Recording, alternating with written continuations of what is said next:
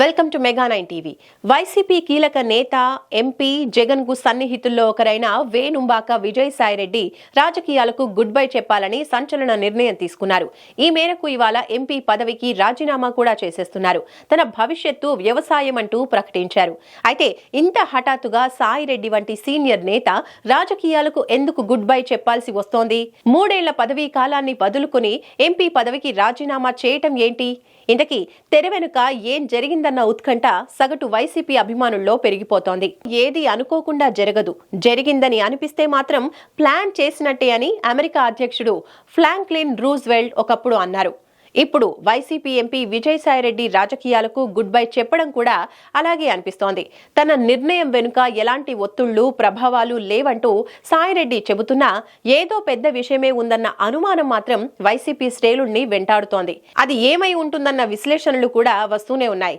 ఇందులో కొన్ని ప్రచారంలో ఉన్న వాదనలు ఓసారి చూద్దాం. విజయసాయిరెడ్డి సంచలన నిర్ణయం వెనుక పోర్టుల వ్యవహారం ఉండొచ్చన్న చర్చ జరుగుతోంది. ఇందులో కృష్ణపట్నం, గంగవరం, కాకినాడ పోర్టుల్లో లావాదేవీలు ఉండొచ్చనేది ఓ వాదన.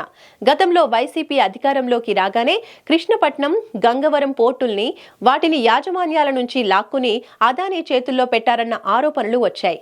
అలాగే కాకినాడ పోర్టును దాని యజమాని కేవీ రావు నుంచి లాక్కుని తన అల్లుడి సంస్థ అరబిందో చేతుల్లో పెట్టారన్న ఆరోపణలు విజయసాయిరెడ్డిపైనే ఉన్నాయి. ఈ నేపథ్యంలో సాయిరెడ్డి నిర్ణయం వెనుక పోర్టుల వ్యవహారం ఉండొచ్చన్న చర్చ జరుగుతోంది.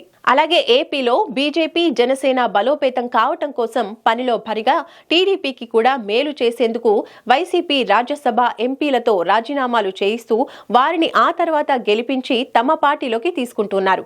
ఈ కారణంతోనే ప్రస్తుతానికి ఎంపీ పదవికి సాయిరెడ్డి రాజీనామా చేశారన్న చర్చ జరుగుతోంది.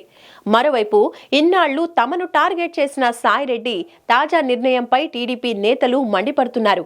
అల్లుడి కంపెనీని కాపాడుకునేందుకే సాయిరెడ్డి ఈ నిర్ణయం తీసుకున్నారంటూ సోమిరెడ్డి ఆరోపించగా, రాజకీయాల నుంచి తప్పుకున్నా వదిలేది లేదంటూ బుద్ధా వెంకన్న వార్నింగ్ ఇస్తున్నారు. రాజీనామాలు చేసినా కేసుల నుంచి మాత్రం తప్పించుకోలేరని మరికొంతమంది నేతలు గుర్తు చేస్తున్నారు.